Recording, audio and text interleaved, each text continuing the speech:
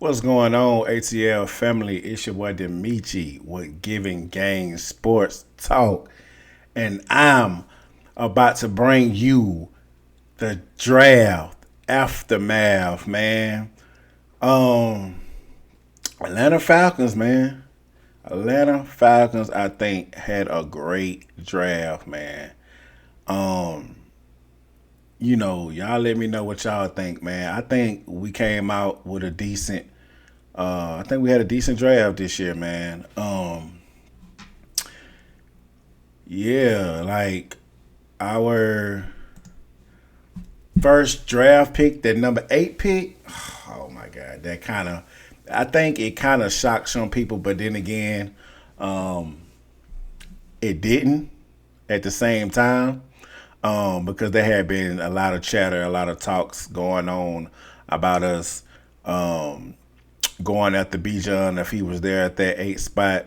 Um, So, and I'll be honest with you, I was kind of one of those ones who was like, I like it, but I would have rather us trade back to get him rather than got him at number 8. But that was just me. That was my opinion.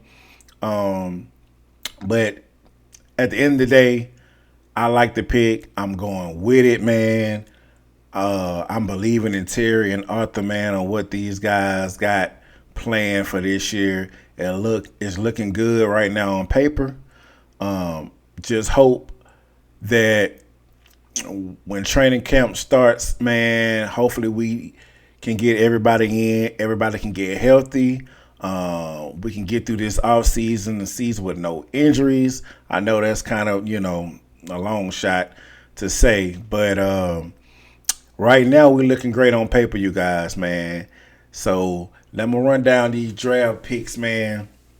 Um, on this segment of the draft aftermath, man.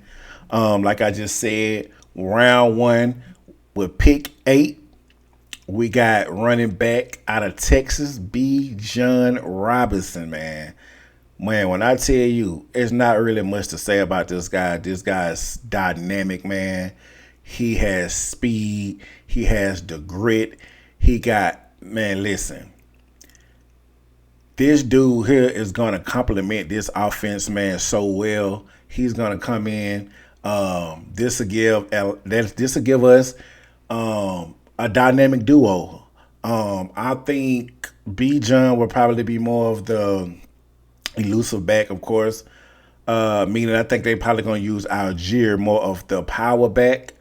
Um, Man, but we got a two-headed monster here, man. And depending on what happens with Patterson and Huntley, which I think he's probably gone because he kind of barely made it last year. But who knows? I know it's some little chatter going around that they could possibly cut Patterson. Me personally, I'm hoping they do not. I'm hoping we keep Patterson because Patterson is a very versatile. And I know he's upper age. He's about to be 37, if he's not already 37. But he's still productive. And we had him on a 2-year deal anyway, so let him play out his last year. And then after that, if they want to, if they feel like they want to go ahead and just cut him, then I'll be fine with that. But I feel like we should keep Cordell Patterson around, man. And man, that'll be because we could throw Patterson back there, here and there. We can put him at kick return. We can put him out there at receiver. You see what I'm saying? So the thought of them cutting him, I'm not really up for that. You know what I'm saying? I know he's getting up there age, but age ain't nothing but a number, man. Like we gotta stop. We gotta stop doing that to these players, man. If they feel like they still can play and they still producing, man, let them play, man. Let them play. Uh, so yeah. With the second pick 38, we got an offensive tackle from Syracuse, Matthew Bergeron. Honestly, you guys, I don't really know too much about. I don't really know too much about that guy. Um, but after looking at a little highlights, I see he'll definitely be a good um, piece to come in and compete for the old tackle position. Oh man, I'm sorry, guys. I'm sorry. I just got off work, man, and came straight in and hopped on here and had to come talk to you guys, man. I ain't been on in a minute. So, but yeah, I don't really, I looked at his highlights. He looked like he's a pretty decent offensive tackle, man. Come in, compete. Will be a great depth piece if he don't, win the starting spot. So what Arthur and Terry are doing, I'm loving it because they're definitely bringing in a lot of pieces, man. That who's gonna compete and is gonna fight. So may the best man win. Round 3, pick 75. We got Zach Harrison, edge out of Ohio State. Now this is another guy that I really didn't know too much about, man. But after watching his highlights, oh my God, he's big, he's tall, he's long. Coming off of that edge, man. Man, listen, and y'all know it's been scarce for us the last since what? John Abraham. We ain't had a dominant pass rush in forever. So I'm with anybody they bringing in, man, who they feel that can come in and help us, man. In that sense, man, I'm up for it, and I like this guy. He's definitely gonna come in and compete. And shoot, I doubt he kind of win a starting spot because of the pieces that we brought in for free agents. But who knows? Shoot, who knows? He might come in and compete. But if not, he'll be a great depth piece too. Round 4, pick 113 from Tennessee. That pick came from Tennessee.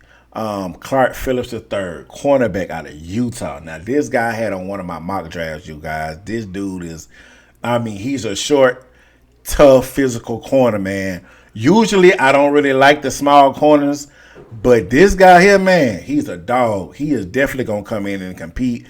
Might end up possibly winning that slot corner starting spot. He got a ton of confidence, man.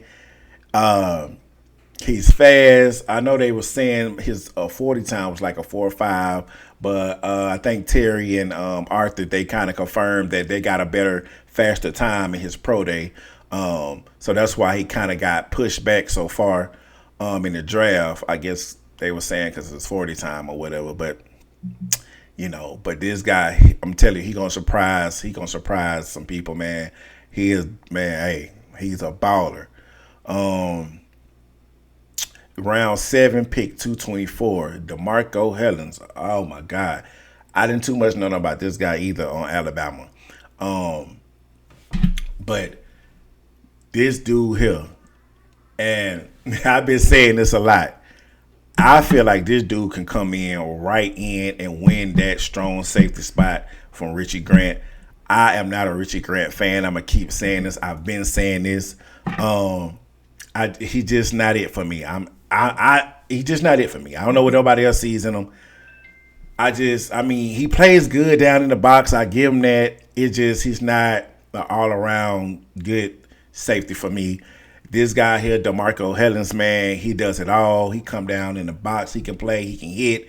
He's hard hitting. He's fast. He's physical. He's smart. He can cover, man cover, zone, inside, outside. Look, he can do it all. So I feel like this dude is scary. I think he gonna come in. He might end up stealing that starting strong safety spot, man, from Grant. At least, honestly, I'm gonna be honest. That's what I'm hoping anyway. I'm just gonna be honest. Like I say, I'm not a Richie Grant fan. I'm sorry, but yeah, that dude there, he's a beast. You got Javon Gwynn. I guess that's how you say his name. Guard from South Carolina, another piece that we definitely can use and need. Come in and compete. Could be a great depth piece. So I think, we had a great draft, man.